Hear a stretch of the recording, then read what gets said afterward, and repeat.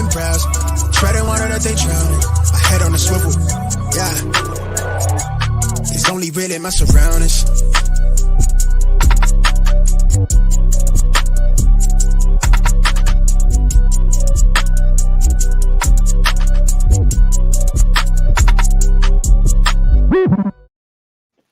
Hello and welcome to episode 35 of the Smash Accept podcast. I'm your host, Michael Royer. You can find me on Twitter at dynasty_dadff. And we got a great show here for you. We have a phenomenal guest, and we're thrilled to have him on here. We're going to introduce him in a minute. We also just kicked off our Listener League number 2. And, I'm in the group chat, guys, and I know Mung and John, you guys were in Listener League 1 with me. And I'm in the group chat just trying to organize it. And someone drops out, and they're like, hey, Dad, we need you in this league. And I'm like, another league, I've already done 3 startups this offseason. That I feel like that's the itch that we all have, right? We all tell ourselves, no more, we're not going to do any more. And then there it goes.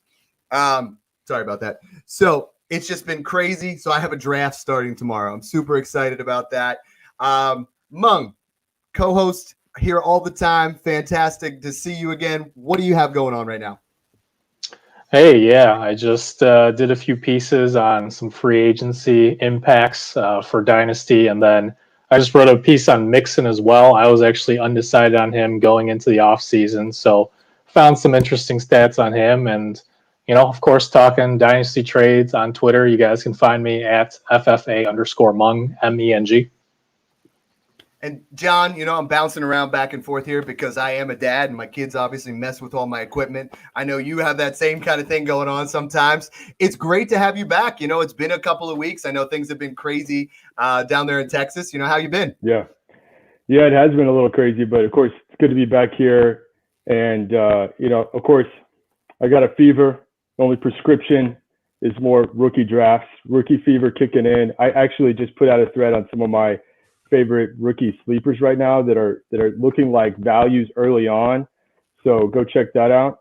And yeah, looking forward to the pod here tonight, Mike. Say, normally the prescription for that fever would be more cowbell. We talk about that. That's right. But tonight the prescription is a fantastic guest. You guys know him from Dynasty Nerds. You know him from Faith and Fantasy Football. It's Garret Price. We're super excited to have him on the show tonight. How you doing?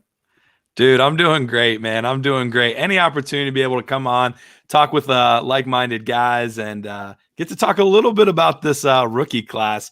I'm definitely a guy that has caught that fever as well. Every year, it's always like, hey, these veterans, they're more valuable. But then I see like the 202 pick is available, and all of a sudden I want the 202. So I'm definitely a part of that squad, unfortunately. It's a never-ending cycle, right? We tell ourselves every year. It's like what I was saying. I tell myself no more rookie or no more startup drafts, right? And then we tell ourselves, let's not fall trap to the rookie fever. I'm not going to do that. I'm going to be smart, And then we get so excited. It's that shiny new toy. We got to jump in there and get it. John did some great research here. He was looking for, a mock draft where what we're going to do tonight is we're going to take this mock draft and pretend it's the NFL draft. It's 3 rounds. And then we're going to break down each one and let Garret just hit you up with the knowledge. And Mung and John are going to give you guys, what that draft pick would mean for the rest of the guys on that team. So, John, why don't you tell us a little bit about this mock draft, how you found it, and why you chose this one? Yeah, we went with one on Tankathon because it's pretty chalky. It basically represents, like, what would the consensus people out there choose for the team at that position. And there's some fun ones here, too, that we're all going to love talking about. So, yeah, it was basically pretty straightforward. There weren't any of those wild picks that you see, and it was, without the trade. So we thought that'd be a good one to go with. All right. Well, let's just jump right into it. I mean, you guys want to hear about rookies, and we're going to hit you with it. So obviously, I mean, everyone says, and it seems to be that this is what's going to happen, but Trevor Lawrence at the 101, goes to Jacksonville. Obviously, we've been wanting him to come out for, like we wish we could have had him sooner. Everybody's been talking about him in Debbie. We had Katie Flowers on last week, and she was gushing about him. Garret, is Trevor Lawrence, we all know he's going to be the 101 in every single rookie Superflex draft. And we all know, I mean, we've done 3 startups and he's gone in the first round of every single one of them. I mean, is it warranted? And is this the best prospect we've seen since Andrew Luck? I mean, is all the hype real? Definitely from a prospect profile, it's not difficult at all to make that argument that he is one of the best, if not the best, that we've had in the past decade plus. All the physical attributes are there. He's got the strong arm. He's a good athlete, good decision maker for the most part. Turns the ball over a little bit more than I would like to see him do. But we've seen him. He's got the size. He's got the pedigree. He's got the numbers. I mean, literally everything that you would want is right there. And he was even able to do it at a young age as a true freshman. So I think it's absolutely warranted. And people taking him in the first round, I would have a hard time doing it because I've seen him go over like Justin Herbert at times. I've seen him go over like some of these guys. That would be hard for me to personally do. But if I'm at like 112 and most of those quarterbacks have already gone, I probably would too. So I can't blame people for doing it. It's just going ahead of some of the younger, a little bit more established guys is a hard pill for me to swallow. But I totally understand it too. Yeah, I mean, my last draft, I was at 106, and I knew the guy really wanted Trevor Lawrence that early. So, I mean, he traded me the 204 and the 504, ended up coming out with, Devontae Adams and the 104. You know what I mean? So, it's like, Nice. that's a hefty price to pay. But I feel like sometimes startup seasons, you're scratching that itch and you don't have any 101s in your draft, in your rookie drafts. So you really go after that 101 a little bit aggressively. This year, I mean, people have tried really to try to bring Trevor Lawrence down. I mean, we're seeing videos from rivals at 2015 when he was like a high school freshman. They're like, look at these throws. And I'm like, all right, like let's not try so hard here. John and Mung, we're looking at, obviously, Trevor Lawrence goes to Jacksonville. What does that mean for the skill position players there? I mean, John, I know that's, you've been talking about Jacksonville, and last week when we had Pope and Mark on, we covered that extensively, but talk to me about what that looks like. Yeah, just to rip on this for a minute. We all know he's going there. So go jump on those values now if you can. We were talking about getting Chark, Chark week for an early second, maybe Visca Chenault in the mid-second. Dow Chenault, let him go past that at that point, right? We're working a lot of dad jokes here, Garrett. It's a little forced, but it's part of our shtick. So, but the other thing I was going to comment on here is Jacksonville just has the most cap space in the NFL. They're going to go out and shop here. And so we have to keep an eye on this. Even in this mock draft alone, they got Pat Freiermuth at tight end in the second, and they ended up getting Tylan Wallace in the third. And so they're already adding more young weapons around Trevor, which is exactly what I kind of expect them to do. Now, they need a cornerback and a DT as well, but they're going to get a lot of offensive weapons around him. And so that's actually something to really keep an eye on here. And so you can't get too excited knowing that there's going to be some other players and some other mouths to feed in Jacksonville. Right. I mean, we've talked about them being a cautious buy because we don't know what's going on there. I mean, I trust the talent there a little bit. The other guy that's interesting in this situation, Mung, is James Robinson. A lot of dynasty owners are like, what do I do with James Robinson, right? I mean, he was an undrafted free agent, and now people are like, that makes him an instant sell, but I don't think they take anybody here or sign anyone. What are you thinking of James Robinson if Trevor Lawrence there and what that does for his value? Yeah, and I don't think that James Robinson is by any means a must sell. But that being said, John talked about all of their draft capital this year. They've got 5 picks inside the top 100. So it's definitely not out of the question that they could draft a complimentary back. And he'll still be the lead for the Jaguars, and that offense will get better with Lawrence. But the volume may not be what it was for him as a rookie. That's the only concern there. Absolutely. Garrett, anything to add to that before we move on to the number 2 pick? No, I'm on board with all of that. I do like James Robinson quite a bit, and I agree. I do think that his total volume might go down a little bit, or at least from a percentage standpoint of like the percentage of touches that he was getting. But the overall value might go up a little bit because I think they were only averaging under 18 rushes per game just because they were always behind by so much. So that could help compensate for that because it might be a little bit better offense. Well, yeah, and a solid running back always makes it easier for that rookie quarterback. And at the 2 spot, this one was a little bit of a surprise, but in this particular mock, Jets don't particularly have a running back, but they go with the quarterback Zach Wilson in this situation. Talk to me a little bit about Zach Wilson. I mean, from most mocks I've seen, this is a little bit of a stretch because almost everybody says Fields, but talk to us a little bit about what you've seen from Zach Wilson on tape. Yeah, Zach Wilson's a nice quarterback. I wouldn't say I'm quite as high as everyone else is on him, not because I think he's bad or not worthy of being a top 5 pick. I think he's a good quarterback, and that's what you're going to see when you watch him play, is he does a lot of things very, very well. I wouldn't say that he necessarily has any elite traits. I don't think he's an elite athlete. I don't think he has an elite arm down the field. I don't think he has elite accuracy, but he does all of those things very well. And when you have a well-rounded quarterback that can do most of the things that you're going to ask them to do, that usually lines up for success. Now, we are working with a smaller sample size, at least as far as his success is gone. You know, we really only have that one season. The year before, it was kind of a rough and up and down year. And we know that he's not necessarily playing against the SEC or the Big Ten or anything like that. So all of those things have to be considered. But whenever you evaluate these players, you have to evaluate them as best as possible, independent from who they're playing against. You know, we'll get to Trey Lance later. That's the same type of situation where, you know, it's not the same type of competition. So we kind of have to figure out how to make that work. But I think Zach Wilson's a good quarterback. I'm not in love. I would take Fields over him, but I understand the pick. So let's say theoretically this draft capital happens, right? So Zach Wilson, you know, we know we had a smaller sample size, but he goes second in the NFL draft. I mean, not the greatest, not the sexiest landing spot going to the Jets, but I mean, how high are we willing to take him in rookie drafts? I mean, we're obviously almost every rookie draft, it's Lawrence, it's Fields, it's Harris, Chase, those guys. I mean, where would you be comfortable taking him if he gets this kind of draft capital? Yeah, I'm definitely taking him top 5 for sure, and maybe even top 3.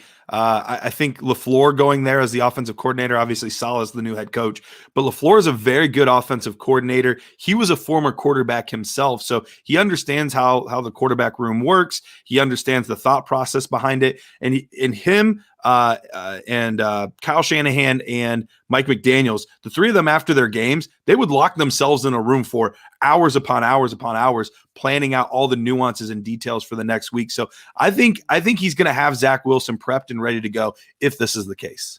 Yeah, I mean, now the rest of the guys here with the Jets, I mean, we all know when Adam Gase, when people leave the Jets and Adam Gase, they all take off, right? So is this a similar situation for some of the Jets players? Now Adam Gase leaves instead of the players leaving. And Mung, who are you looking here in the Jets? I mean, whose stock would rise the most given a quarterback comes to town, you know, as far as Zach Wilson? Yeah, I mean, obviously Denzel Mims is an immediate benefactor there, but I do think that the Jets are going to sign, you know, a free agent wide receiver, whether that's an Allen Robinson or Kenny Galladay. I mean, the Jaguars are the top team in terms of cap space, but the Jets are right there at number 2, so they've got a lot of money to play with, and I do think that they'll sign someone. So while I am buying Mims, I've seen, you know, some tweets out there that are like, oh man, he's going to get, you know, 200 targets because there's nobody else there. Well, you know, it's February, so just hold the horses a little bit. I am buying Mims, but I don't know that I would pay some of the prices that I've seen.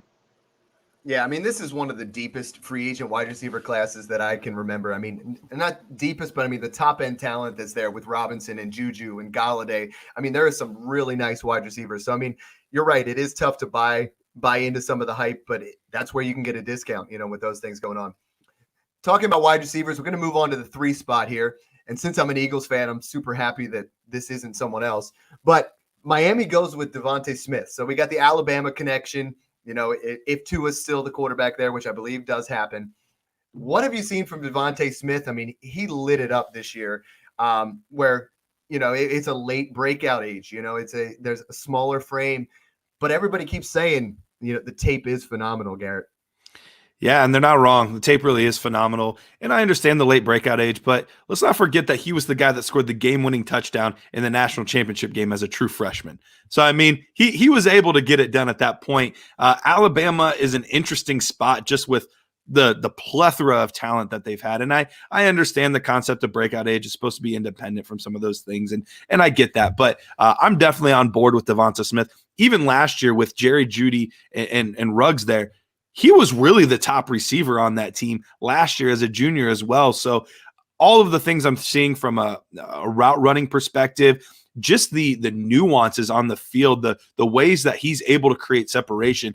And for a guy with a slighter frame, I get the concern, but he was able to go up and get it in contested catch situations too. It's not like he was being bully balled, by other DBs. And this is a situation where we do have a guy in the SEC. We do have him in the best conference for defensive players traditionally. Even going up against, LSU has a good secondary and guys like that. And he just dominated. So I have no issue with this pick here. It's early for a wide receiver in most drafts, but Devonta Smith warrants it, I think. And I love, like I said, we had Katie Flowers on last week, and she said, Jamar Chase, sometimes when you watch Devontae Adams separated the line, it's not done with his hands. It's done with his feet. It's done with his nuance. And that's what Devontae Smith does, where Jamar Chase kind of uses more of his hands and his upper body sometimes. Where do you have Devontae Smith in your wide receiver rankings as far as this rookie class? Yeah, so I'm working through my nerd score, which is basically independent. We kind of lock the scores before the NFL draft happens, so we don't know the landing spot. We don't know what the draft capital is. It's really just independent of exactly what their film is. So it can change afterward, but that number will stay the same automatically. So right now, just based on the tape, I actually have him a hair above Chase, which I think that's probably a little bit of a hot take. I didn't intentionally mean for it to. That's just kind of how it all worked out for me. And I got to apologize. When we have guests on, we let them talk about what they're doing, what they're doing on their podcast. And I mean, we're all so excited to have you on here. We didn't give you a chance to talk about what you're doing at Dynasty Nerds and what's going I'm overrated. I don't need to talk about all that stuff. We're good. Hey, we'll throw that in another time. Check out both podcasts, But one thing, John and I were talking off stage. I mean, we're really excited with what you're doing at both. I mean, not just Dynasty Nerds, everybody's in on that. It's the biggest podcast there is out there when it comes to Dynasty Fantasy Football, but faith in fantasy football. I mean, John and I are both Christians, and that's something where, especially with things that have gone on in Texas. I mean, John's been talking a lot about that recently.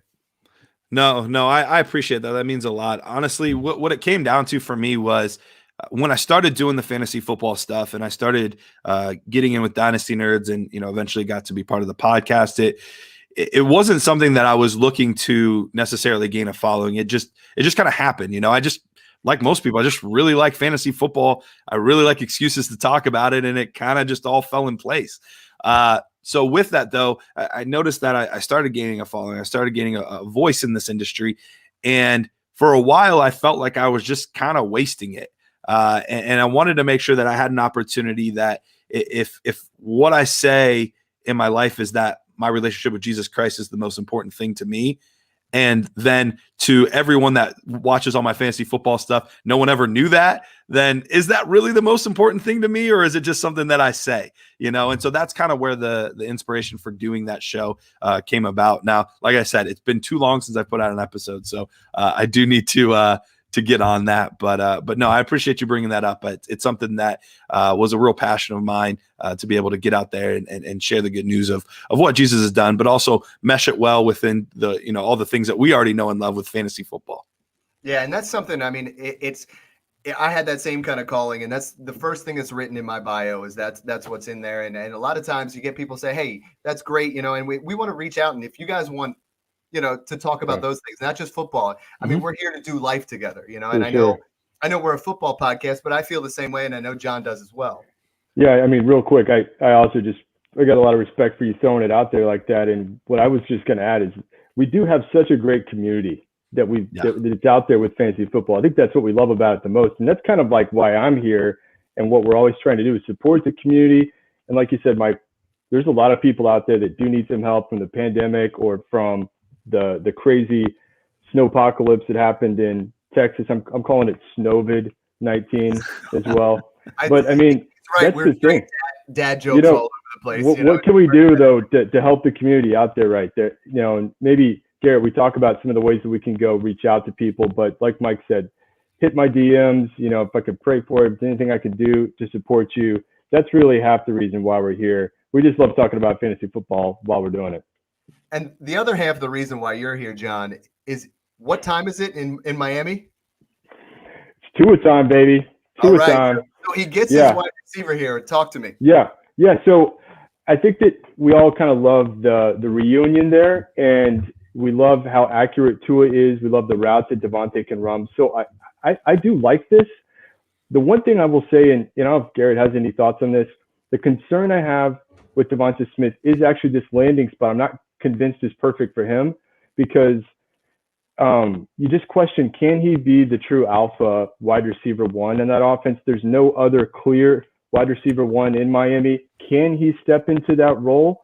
A lot of other analysts out there are saying he might be better as a complementary type possession receiver, wide receiver two in the offense. But to really invest like a really high rookie pick, you want him to be the guy. So that's the only question I have with this landing spot. Garrett, what do you think? Yeah, I can understand that. I think a lot of times it's easier to project unless a guy has, unless the guy comes out and looks like Julio. He's Right, 6'3", he's 200 some pounds, Exactly. he's got this crazy speed. Like, I think it's safer for us as analysts to say like, oh, he's probably more of a number 2. So that way we kind of like cover our bases in case they don't hit. So, like the only one last year that I think people like right off the bat were confident saying was like that kind of guy was CeeDee Lamb. Like everybody else, like Judy was a 2, Justin Jefferson was a 2. Like everybody was like a really good 2, but everybody's always kind of hesitant to be like, no, he's going to be the guy. I think Devonta Smith has shown me enough that I do think he can be the guy. I do think he can be the number 1. Is it the most ideal landing spot? I know people like the pairing with Tua, but you're right. It is not necessarily the most, the most appealing landing spot. It's not going to be this high flying offense. They're not going to be putting up stupid yards through the air, but I think it's going to be a good, safe landing spot for him. So, it's not one that's going to move the needle much for me off of like my rookie evaluation. Like he'll probably stay roughly in that same type of range if this were his spot. Right on. Yeah, I mean, Mung, so a lot of people have it projected that Miami is going to take a wide receiver, whether it's Smith, whether it's Chase, we'll see what happens. What does that do for the rest of the playmakers there? I mean, let's skip the running back position, but let's look at the tight end wide receiver. I mean, is it arrows up for Gesicki, Devontae Parker, Preston Williams coming back? I mean, talk to me a little bit about those guys. I think it would really muddle the picture for everybody because, like Garrett said, Devonta Smith, there's all these arguments about his BMI, but you can't argue with just the pure production he had this past year. I mean, he was the go-to guy, and I feel like he can be in the NFL level as well. And for that reason, Parker kind of takes a hit. I think Gesicki's still fine. I mean, no one was projecting him to be a top 5 tight end necessarily, but still in that back end tight end 1 range. And the question also is going to be the running back position because there's rumors they're interested in Aaron Jones. But personally, I think that the Dolphins could draft someone instead. They've got, those 5 picks in the first 3 rounds. So really don't love anybody in Miami from a target volume perspective other than Smith if he goes there. Our man Pope from the Smash Accept crew put, Smith is so pure, he's Ridley 2.0. I mean, I know he loves Ridley. I didn't pay him to do this to help me transition better, but now we're at pick 4 with the Falcons, and the Falcons take Justin Fields, to pair with Julio Jones and with Calvin Ridley. Now, Garrett, we were talking about, Fields potentially going at 2, but if he goes to Atlanta, we're talking about, he's not up there at Lawrence, but it's more closer to a 1B than number 2 overall in Superflex, in my opinion. Yeah, it's an amazing landing spot. You might not necessarily get the rookie production because chances are, I think Matt Ryan, with the way his contract's structured, unless they're able to figure out some deal, which would be tough to do, they can't really cut him at this point. It's going to be tough to trade him. So my guess is it would probably be a sit 1 year behind Matt Ryan, and then the following year he would be the starter. But as far as like the offense, it's a great fit. I mean, Arthur Smith's there now, and I know that we kind of think of him more as like, he was Derrick Henry's offensive coordinator and, that kind of stuff. But he was able to do a lot with Ryan Tannehill, who was not somebody that was really being talked about after his very lackluster time in Miami with, the aforementioned Adam Gase. But he's done a lot for his career. We've seen the receivers really blossom there. Even Corey Davis really blossom as well. So I think it would be a great fit for Justin Fields. It's just when will he get to play is really the only question I have. But as far as Justin Fields as a prospect, I think a lot of the things are being very overblown about him right now. We saw how good he was this past season. It was really just 1.5 bad games was really what happened. And it was a weird year and all the COVID stuff. And missing players and offensive linemen being out. Like Ohio State was missing quite a few offensive linemen towards the end of the season. And I have no real worries. He's got some of the best arm strength in the class. He makes good decisions for the most part, and he's definitely a plus athlete. Absolutely. Not a lot to talk about there. I mean, the rest of the other playmakers there, that's all systems go for those guys. Now let's talk about another landing spot here at the 6th pick overall in the NFL draft. My Eagles, we messed it up. I was screaming at the television to take DK Metcalf when they took, Arcega-Whiteside. I'm screaming that we're taking Jefferson when they take Rager. If they don't take Jamar Chase here and they go with someone else, I'm going to be furious because I love Jamar Chase. I gush about him all the time. But talk to me about what you've seen on his tape. Yeah, I really like Jamar Chase as well. It's so hard to differentiate between Chase and Smith. I think they're both such fantastic prospects, but you hit it on the head earlier. Jamar Chase wins in very different ways than Devonta Smith. He's a much more physical player than Devonta Smith is. He's going to be able to not just do some of the contested catch stuff, but he's going to be able to do a lot of the yards after the catch, breaking tackles. He's a smart player in his own right as well. So some of the things where he tracks the ball really well. Like a lot of those deep plays, sometimes you see receivers have a hard time kind of figuring out the right angles for it. He seems to always be in the right position at the right time, being able to make those kind of plays. High points, very strong hands at the catch point. So there's not a lot of flaws in Jamar Chase's game either. As of right now, when I was talking about that nerd score, the score I have on both of these guys is higher than anyone I had in last year's class. Nice. So, and that's the thing is we talk about that a lot on here is everyone loved Jefferson, but you forget the fact that Chase was the number one there, and just put up phenomenal numbers. Mung, we've talked a lot in the last couple of weeks about Jalen Hurts, and what happens if he gets the job back again. And there's been a lot of rumor if they take a quarterback, but if they take Jamar Chase here, I mean, are we comfortable now moving Jalen Hurts into that, QB1 status, or are you more comfortable with him in that mid QB2? I mean, is it a cop-out to say I don't know? Because I've seen a lot of strong opinions on Jalen Hurts, but we just haven't really seen him much at the NFL level. I mean, he filled in late last year for Wentz, but I mean, it's hard to say that he's going to be a bust or that he's going to be amazing. We just don't know yet. Of course, the one concern is as a passer, he didn't show quite that much when he did get a chance last season. But, I think that Hurts, from a rushing perspective, is going to do enough to make him a top 10 fantasy quarterback if he starts the whole year. The only question is uncertainty, right? Because we've also seen quarterbacks mocked at this spot. So a lot is really up in the air. Right now, where I have Hurts, I'm keeping him, and where I don't, I'm not really going out of my way to get him, if that makes sense. I'm hearing a lot of people talking about drafting a quarterback there. But if you draft a quarterback in the 2nd round and then you trade your supposed franchise quarterback, I mean, it gets into a dicey situation, and we'll see how that plays out. But we have a lot of other guys to cover, and I mean, it's been fantastic content so far, so I want to keep it moving. Another quarterback goes here at pick 7. So, I mean, we're talking about 4 quarterbacks in the first 7 picks, and we're talking Trey Lance goes to Detroit. Another interesting landing spot, obviously behind Goff. Maybe they're not totally into Goff in this situation. But more importantly, what have you seen from Trey Lance? Trey Lance has it, man. Trey Lance is fun to watch. We're talking about a really, really good athlete. He's got the build and frame. I mean, he's a 6'2" monster up there in North Dakota. Very, very strong arm. For the most part, made some really good decisions. The no interception thing is a little bit deceiving. I mean, it's an incredible stat. Don't get me wrong. To go an entire season with no interceptions, you're doing something right. But there were definitely plenty of plays that could have resulted in interception that didn't. We saw in the one game that he did, his showcase game, he did throw a pick this year. But all of the tools are there. From a developmental standpoint, it seems like he's really in the same conversation as a lot of these Zach Wilsons, Justin Fields. So I don't think there's a huge gap between him and those two guys. And if, at this point, he's actually my QB3. Like I said, I'm a little bit lower on Zach Wilson, but landing spot will determine a lot for quarterback position specifically. But I'm on board with Trey Lance.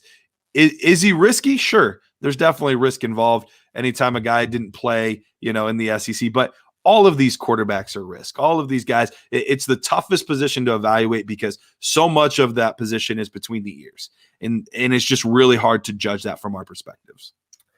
Moving on to the next pick, there's a lot up in the air with Detroit, but we moved to pick 8, another offensive skill player. If this happens, Twitter's going to erupt because this is one of the most popular guys on Twitter right now. I mean, I'm in a draft tomorrow with a guy named Dynasty Pitsy, and it's Kyle Pitts. He said he wanted to trade up to the 101 and take him above Mahomes. I mean, Kyle Pitts seems like the real deal. I mean, I'm seeing everyone just ready to tout him as the next big thing at the tight end position. And we got to remember, I mean, it takes tight ends a while to really, get the position down. But Kyle Pitts seems to have the profile to be one of those top tier guys.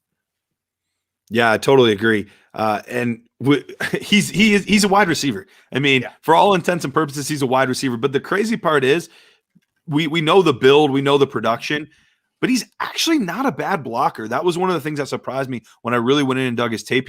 He's a willing blocker, and his technique isn't terrible. He could use a little weight, that would help, with NFL defensive ends and things like that. But he's actually not a bad blocker. So we are talking about one of the most complete tight ends, one of the most dynamic tight ends that we've had come out in ever. Yeah, I mean, I'm hearing a lot of analysts having him, as their tight end 4 already, and ready to just push him into that. To me, that seems a bit high already. Yeah. Mung, I know this is one guy that you're really big on. I mean, talk to us a little bit about Kyle Pitts and the landing spot there in Carolina.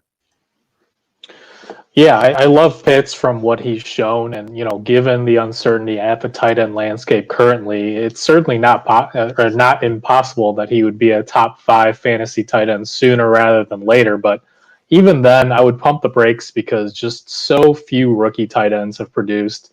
I mean, you got to go all the way back to really Gronk, and we've seen guys like Njoku and Ingram really get hyped up, and then even Eric Ebron when he came out, he was super hyped up, but these guys it's hard for them to produce as a rookie. And then also, I don't love the Panthers landing spot just because I do think that if he were to go there, it's possible that he could lose that tight end eligibility, which is something that would make him, an advantage at that position. So I'd be a little nervous taking him in the top 5 of rookie drafts, as I've seen people mention, but I think he's a perfect target still in that first round. Yeah, and I think there's some other tight ends I really love here we're going to talk about. But now we move to pick 19. So now we actually finally get some defensive players. I mean, if that really is how it starts out, I mean, this rookie class is exciting, and I know the 2020 class is just absurd. Let's not compare the two. But there's a lot of interesting pieces here. And another one is Jalen Waddle going to Washington. Washington's doesn't quite have the quarterback situation figured out, but they've had Terry McLaurin there. They've been searching for that wide receiver 2. Is Jalen Waddle a wide receiver 2 in this league, Garrett? I do like Jalen Waddle. I don't love this landing spot. I would like to see them, because Terry McLaurin's already such an incredible deep threat in his own right. I'd like to see them get a bigger bodied, more physical wide receiver to kind of complement. But that being said, I have no problem with this. Jalen Waddle, just on speed alone, is going to be a first round guy. And he is more dynamic than Henry Ruggs was last year. That was one of my biggest issues with Henry Ruggs was he's a fast player, yes, and he's a decent route runner. But the problem is he doesn't really have any wiggle to his game. It's straight line speed. Whereas Jalen Waddle, that's why he was so good in the return game, is he does do really well moving laterally, side to side, making guys miss. So it's not just the straight line speed, but it's also being dynamic in the open field that he has. I like it. The next one, I'm going to jump to you first, John, because at pick 23, the Jets take Kadarius Toney. Now, I do remember a couple of weeks ago, you and Chad Parsons kind of had it out with Kadarius Toney. And then, Garrett, I'm going to let you, kind of decipher this. A lot of Twitter's very divided on him. Mm-hmm. I hear a lot of people really are down on him after the Senior Bowl. A lot of people were all about him. John, I mean, does this validate what you were thinking? Yeah, this would actually cause me to kind of pull him back down some. And if I can sneak in as a co-host here, I thought you were going to ask me a little bit about Washington football team. I would actually love you this. You just wanted to talk about Antonio Gibson, yes, because that's what thank you. It's mandatory. I'm trying to be on brand here, Mike. And so right? I thought I was going to get the segue, but now it's a little forced. But okay, I love it because my segue was always Fulgham forever after he had those 3 big wins. You know, so you take your Washington. Go ahead. I look for an opportunity to squeeze in something about Antonio Gibson every pod. But if you think about this. Now you have Jalen Waddle stretching the field, and you have F1 over here, and wow, it's going to open things up for Antonio Gibson. It's going to fewer stacked boxes, and I really would love it for him. But yeah, I've started to cool. I think the quarterback's the key, right? I mean, Alex Smith's average depth of pass broke the NFL record at 6 yards per attempt. I mean, it was like almost thrown behind the line of scrimmage. So that'd be fun in that sense. But to try to get you back on track here, Mike, with Tony, and I have to listen to our boy Chad Parsons here a little bit. And so I've started to kind of be more reasonable about Tony. I do like the talent, but man, you'd really have to be patient in this situation where he goes to the Jets, who just drafted Zach Wilson. That's a scenario where I don't know. I just don't love the landing spot. There's some other landing spots for wide receivers here that I like better. And so, I don't know that I would fight Garrett on it. Well, Garrett, what's your opinion on Tony? So I feel like Jekyll and Hyde whenever I think about and talk about Tony, because I think he's probably the biggest boom bust prospect of the first round and a half, 2-round type guys that we're going to see. The speed and athleticism is absolutely there. And I think he's a good route runner. He does some good stuff with his spacing on his steps and his pace. Like he understands all of that really, really well. His hands are very questionable. It was cool. I got to actually go and watch the Senior Bowl practices this year. And one of his practices, he was dropping everything. And so they lined him up in the backfield and they threw him a pitch and he dropped the pitch. And I was like, what is happening? I don't know if he just had the yips or what it was, but that was definitely a concern for me. And he's not the most physical player at the catch point either. So you're looking at probably a lower ADOT guy that's going to be running a lot of crossing routes, a lot of slants, and then making things happen after the catch. I think that's where he's going to be best suited. So if a team can utilize him in that way, I think he's going to be really, really good. But there's so much room for error. So it's really how risky do you feel? Do you want to go for the crazy upside? Because he has it, but there's also a really deep basement.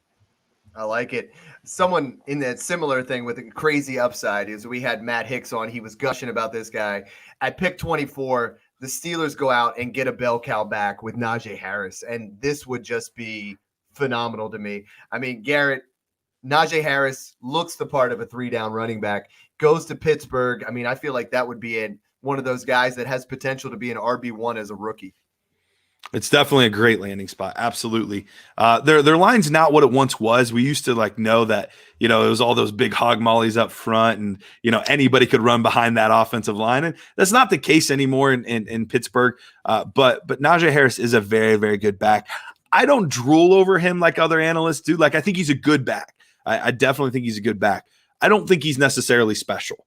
When I did my nerd score, when we combined the past 2 seasons, if we were combined and these were all, once again, this is all before the draft, so not factoring in where they landed and all that kind of stuff. He ended up 7th out of the past 2 classes. So there was a lot of guys in last year's class and even, one guy in this class, he's actually my RB2 in this class. So there's one guy I actually do have ahead of him. All of that being said, though, with Big Ben looking like he's going to come back, I think it's a really good fit. I think they're going to run the heck out of the football. It's going to be a much more balanced attack than it's been in past years. And I think I think you're absolutely right on volume and just the ability of the offense alone. He would be on that fringe RB1 right as a rookie. Yeah, and he's almost as old as some of us. We're going to go to our at 23 years old, he's a lot closer to Mung, but I was just kind of giving that one of the older running backs to come out. Mung, I mean, he's in Pittsburgh now. You put that all together. What kind of prospects are we looking at here for the rest of the skill position players and Harris himself? Yeah, I would love it for Harris. To Garrett's point, Pittsburgh, the line was still pretty good at pass protection, but in terms of run blocking, they were pretty awful. All that said, it does sound like they want Ben Roethlisberger back for at least one more year. And that's good news for Harris because he is that 3-down back. He can run and receive. Excuse me. There we go. So he can run and catch the ball, and that's good because Ben Roethlisberger's deep ball has really waned in the last year or two. So I do think that he would get a lot of targets out of that backfield. And whether or not Juju is back is going to impact the receivers, but I think in general it's going to be good for Deontay Johnson as well because again, Chase Claypool's more of that deep target, and I do think that Deontay would soak up more of those short to intermediate targets if Juju were to leave. Another guy, same division. Last guy that we have a skill position going in the first round, but Rashad Bateman goes in the first round, which really solidifies things and goes to Baltimore. I mean, could Rashad Bateman be that guy that we wanted Hollywood Brown to be? We wanted Hollywood Brown because he got that first round draft capital to be that guy with Lamar Jackson. Is Bateman have those kind of skills? I absolutely love Rashad Bateman. I think he's a fantastic wide receiver. When you were talking earlier about Devontae Adams and how he wins at the line of scrimmage, that's very much so how Rashad Bateman is. You even see him on run plays at times, setting guys up, and you see same step pattern, and then he would do the same one on a passing route, and the guy would just assume it was a run because the last three were all runs. Like, he just does a very good job at a lot of the little technical things. This was a bit of a down year. It was a weird season, but all that being said, it's just so hard to get excited about a wide receiver in Baltimore. At this point, I haven't seen it happen. I'm not saying it couldn't happen, but I think it's always going to be the tight ends first. And then, whatever the scraps are, that's what the receivers get. So I love that he went in the first round, but it's tough to get excited about this spot. Well, and it's nice because Des Bryant came out on Twitter today and said just Baltimore wasn't the right landing spot for him. Like someone else is going to sign him. It's like, all right, bro. Thanks for clearing that up. I think this might be the guy that you were saying you might have above Najee Harris, but pick 4 in the second round. Travis Etienne goes to Miami. Is Etienne your guy? Surprisingly, it's not. Oh, it's actually not. Is it Javonte? It's Javonte. I actually have nice. Javonte with my tape score. He ended up the highest of the 3. Love it. Wow. Well, Javonte Williams goes to Atlanta at pick 68 in the third round. So why don't you talk about both of them here a little bit and what you've seen? And I mean, that's a great segue into both situations. Yeah. I mean, Miami's looking for a running back. I know Mung loves Gaskins, but I feel like this gives them that home run threat. And Atlanta's definitely looking for a running back with Javonte Williams. So talk a little bit about both of them. Yeah. So last year, Travis Etienne was my highest guy on my board coming into this season. I don't know that I've ever seen, speaking about Etienne, I don't know that I've ever seen anyone be able to accelerate as quickly as he can. Going from 0 to 60 is incredible. It's incredible. Now, the top end speed is still really impressive, but it's the acceleration that's the difference maker for him. Has pretty good contact balance overall. The problem that arises with Travis Etienne is he's not creative, which sounds funny, but hang with me. He's not very creative. So if we're doing plays that are off, I don't want to say off schedule, but the blocking doesn't pan out exactly like it was designed to do. He's a guy that's going to go with the play design no matter what. Adrian Peterson was very much so that way. Jonathan Taylor can be a little bit that way as well, where they're sticking with the play design almost no matter what. The problem is he's not a very physical back to break a ton of tackles when that kind of stuff happens. So I need him to go to a place with a good offensive line. If that does happen, he's a destroyer of angles. Like, getting an angle on him is really, really tough. So if you can get those lanes, like, I would really personally love to see him go to San Francisco. I think if he goes to San Francisco and their outside zone scheme, I think that would be perfect for him. Miami, I think, is a good spot. I don't think it's an amazing spot. Then going to Javonte Williams. Javonte Williams has a very, very good, well-rounded game. There's really no obvious holes. He's good in pass protection. He's really good in the receiving game. He's got good hands over the middle. But he has excellent vision. Like, he sees things a step or two ahead, and he makes his decisions based on that. The only thing that I can say with Javonte that's not above average is probably his speed. He's got very average speed overall, but very good quickness in the hole, good burst right off. And I think he's going to be a very, very good player overall. So he actually ended up, when all was said and done, and I made sure to watch at least 6 games of each one of these guys. And I think I'm probably closer to 8 on each of them now. But he ended up with the second highest nerd score for a running back that I've given over the past 2 years. So it was pretty crazy how it ended up all working out. That's exciting to me because, a lot of people just talk about those top 2 running backs, and then he kind of sometimes has that distant third. And Sure. I'm going to dive more into this because I'm excited. We all love those running backs. Mung, you're kind of our resident offensive line guy. I mean, talk about both, Miami and Atlanta offensive lines and what that would look like and what kind of prospect those guys can have year one. Yeah, I mean, what Garrett said, the Niners would be obviously a dream landing spot. But again, I do think that the Dolphins are going to invest in their offensive line.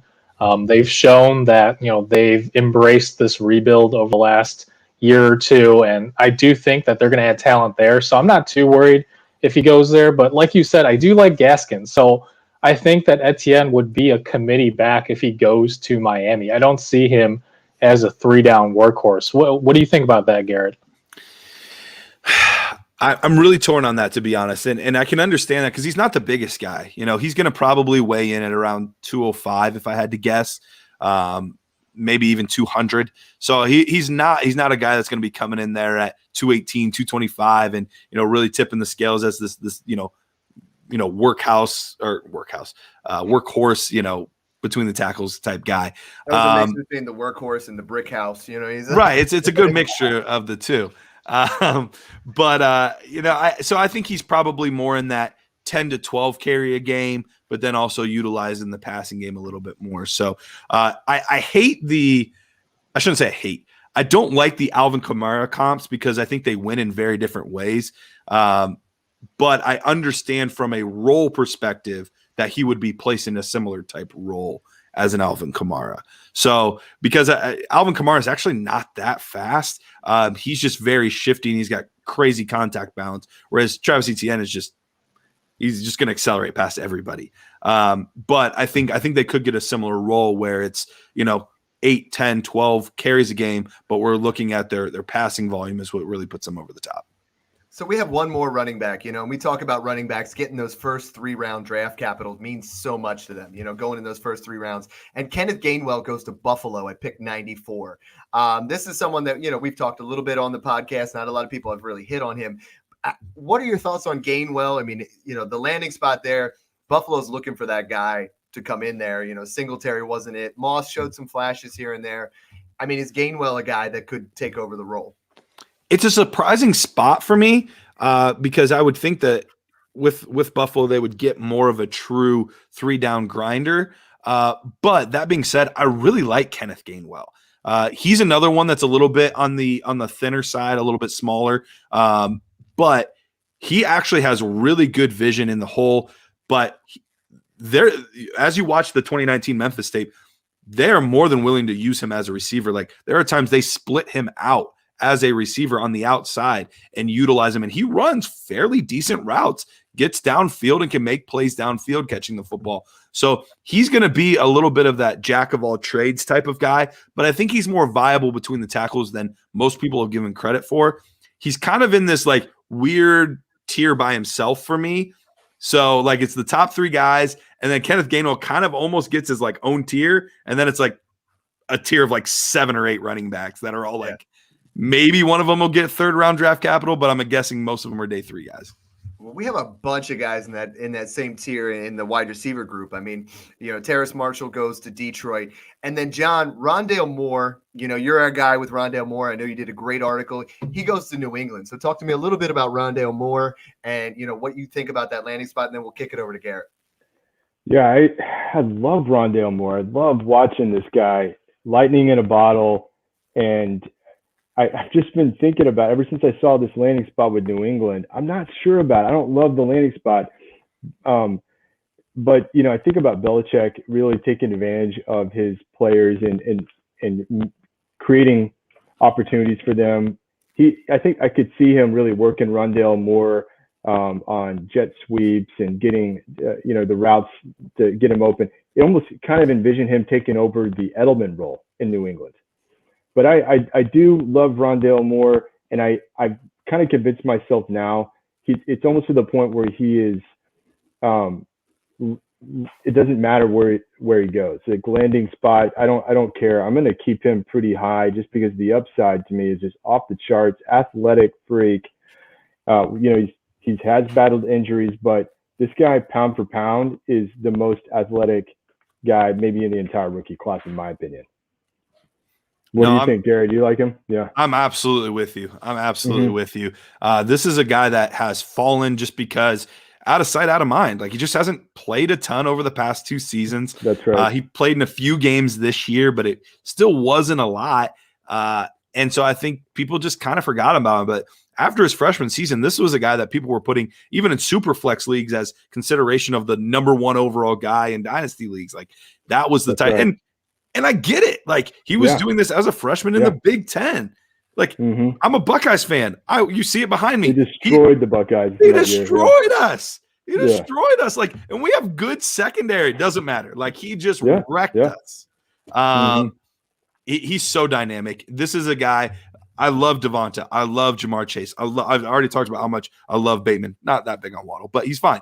But we could easily see him end up being the top guy. Like, it would not shock me. It would not shock me in the least. I understand the concerns. I understand he doesn't have the traditional build, but he's electric, man. He is absolutely electric. So now we move on to Tennessee. At pick 53, they go with Elijah Moore, and then at pick 86, they go with a tight end that I have. Is this a class where we're talking about Kyle Pitts is that good that we're kind of overlooking some of these other tight ends? I mean, we have Pat Freiermuth. I'm bad at pronouncing stuff. Freiermuth, yep. Freiermuth, going to Jacksonville at pick 45. I mean, there's some nice tight ends in this class that I feel like are getting put back down by the wayside because Kyle Pitts looks that good. You're absolutely right. Freiermuth is a stud. Like, preseason, there was some big time debates between all 3 of these guys as to who's the best tight end in the class. And everybody had very valid arguments for who the best was. Now, Kyle Pitts played incredible this year. He deserves to be in that upper echelon, but let's not pretend like, Pat Freiermuth and Brevin Jordan are just these afterthoughts, these booty prizes. Like, they're good. They're good. And Brevin Jordan, Pat Freiermuth is going to be a very traditional tight end where he's going to be an inline blocker, but he can also split up and be a stand-up Y, make plays, things like that. Brevin Jordan can make guys miss, which I feel like I never say about tight ends, but he in the open field is a yak monster, and he will absolutely shake you out of your shoes. Like, it's wild to see that out of that position. You just don't see it. 2 more guys here, and I feel like we might be able to get a mock in here and have a little bit of fun at the end of this. Kyle Trask, goes in that 2nd round to San Francisco. I mean, is this, I know, John, you looked into the quarterbacks here, and Trask was one of those guys you were kind of looking at on the end. Is this a good landing spot? I mean, I feel like that's a good landing spot for anybody going there to work with Shanahan. But what did you see from Kyle Trask? Yeah, I don't know if Garret agrees with me or not. I just haven't been able to get into Kyle Trask. I don't see the arm strength, some of the just his ability to make plays, decision-making process. Just for me, I didn't feel it. I thought that some of the Florida playmakers like Pitts, like Tony, in some ways kind of made him look a little bit better. He had a lot of good protection from that Florida offensive line. And so for me, like, he's way beyond those top 5 guys. I mean, he gets a chance to work with Shanahan and some electric playmakers. So you could argue, okay, maybe I'd consider him a little bit higher now, but overall, not very high on him. What do you think, Garret? Well, real quick, what happened to Mac Jones? Did Mac Jones, was it just an oversight and they didn't draft him, or? Hey, I'm gonna have to talk to these guys, but they did not take him. And I Okay. thought Mac Jones had a great Senior Bowl and kind of put himself in there, showing his leadership skills and some of the other things he did well. Yeah, So I'd be shocked if he I would wasn't a first rounder. I would much rather have Me him than too. Kyle Trask in this Me, situation. for I sure. feel like For sure. he's a great guy that could come in and contribute early or sit behind someone there in San Francisco. So Trask, I wasn't wild about. John wasn't wild about. Where are you? I'll be honest. I have not watched a ton of Kyle Trask yet, so I don't want to speak out of school and say, I love him or I hate him or anything like that.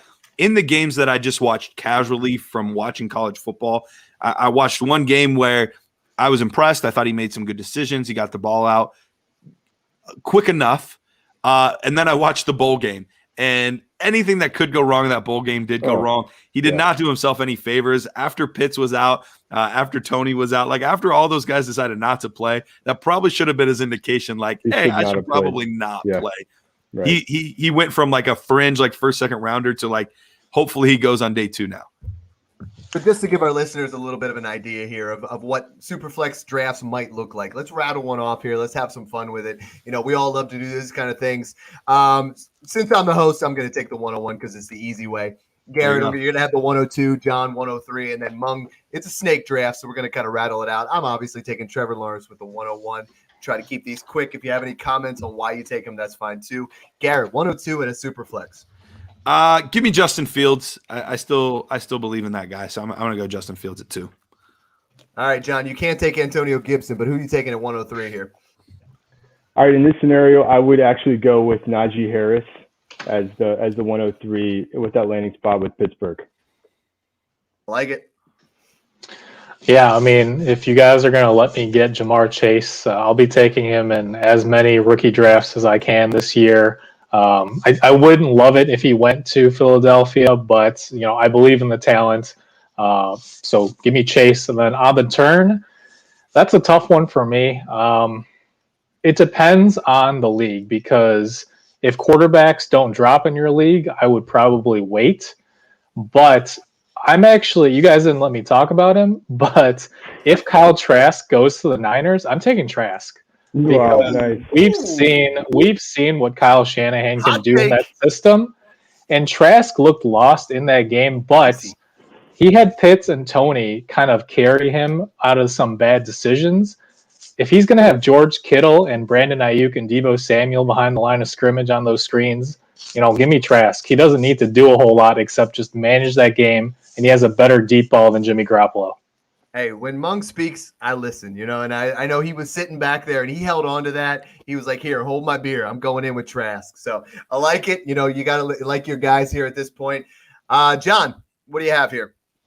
All right. So I think we were saying this is a tight end premium, right? Tight end premium league. Who doesn't play tight end premium? It's Superflex, it's tight end premium. It's 0.25 PPC. It's literally everything, okay?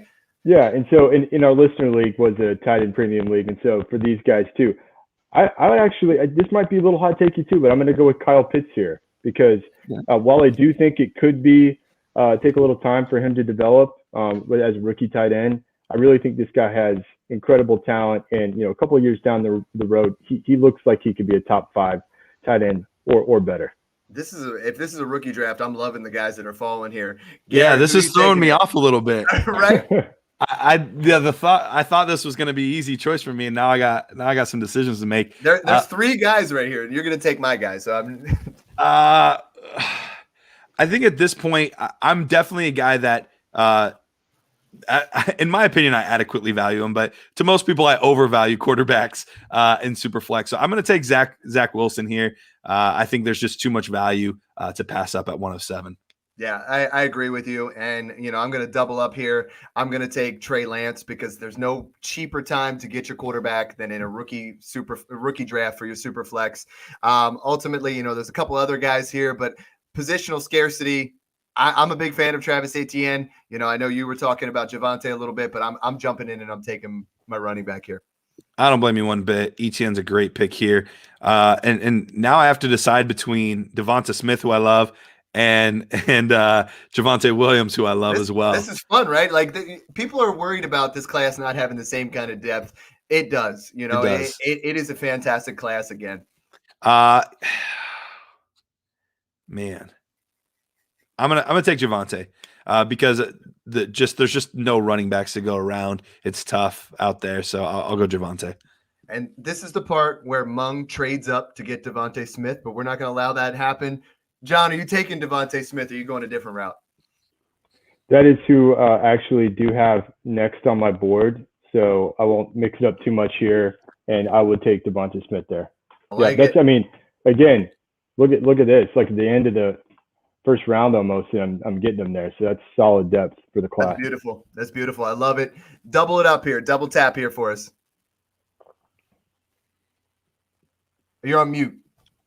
He got so excited on the. He got so excited with Trask and the Devontae Smith thing. He's just like, I gotta mute this. I'm too excited. Yeah, and talking about Superflex, we didn't talk about Mac Jones much, but I think this mock did have him going to the Patriots. Okay, and if so, yeah. Mm-hmm. So if that's the case here, they do have a pretty solid offensive line. Maybe he starts, maybe he sits for a few games, but I do think that's a great spot because, again, they got a lot of cap space. I think they'll be adding some impact pieces. So I'll go with Mac Jones and Superflex. Mm-hmm. You got one more. And then, Terrace Marshall to Detroit here. I like him a lot.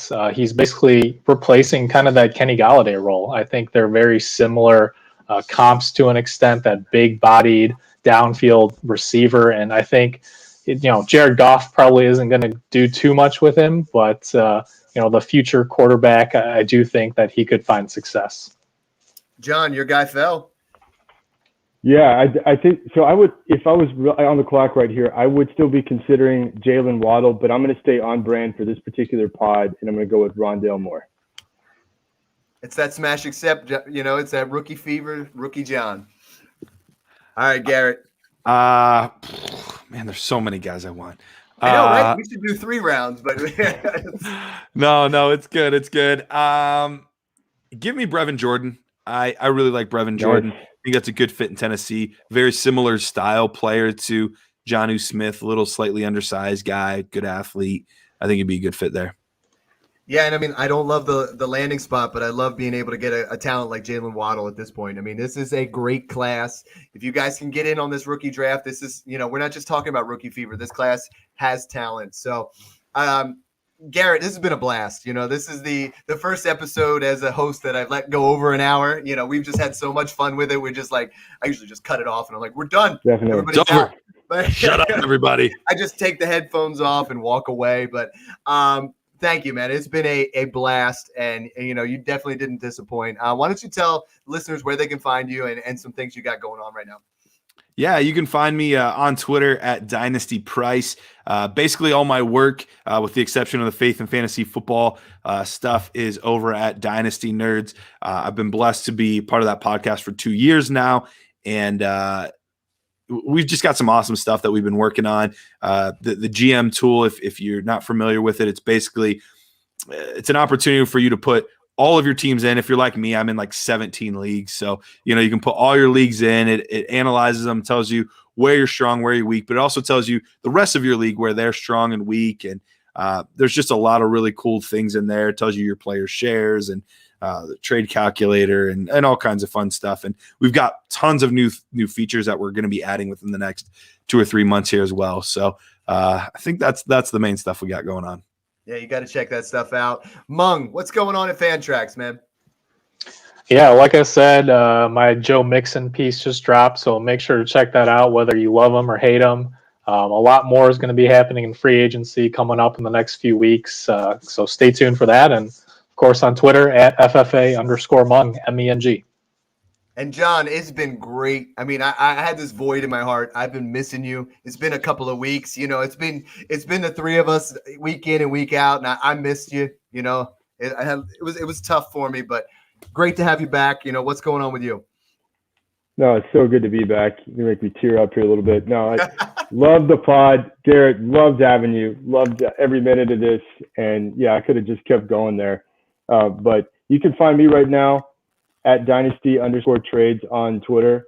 I'm going by Rookie Fever John. If you could refer to me as Rookie Fever John, I would appreciate it. He was Yeah. playoff John, Yeah, during the it's- playoffs. There you Now go. it's a clear transition, but yeah, and that's it. I'm putting out some articles and some threads on Twitter on the rookie class. Definitely, we'll continue to do that and mix it up with you guys. Hit me on the DMs, like I said earlier, whether it's about fantasy football, whether it's about anything else. And definitely, Garrett, wanted to thank you again, and we'll be checking out those future episodes of Faith and Fantasy Football as well. I And John, appreciate it, man.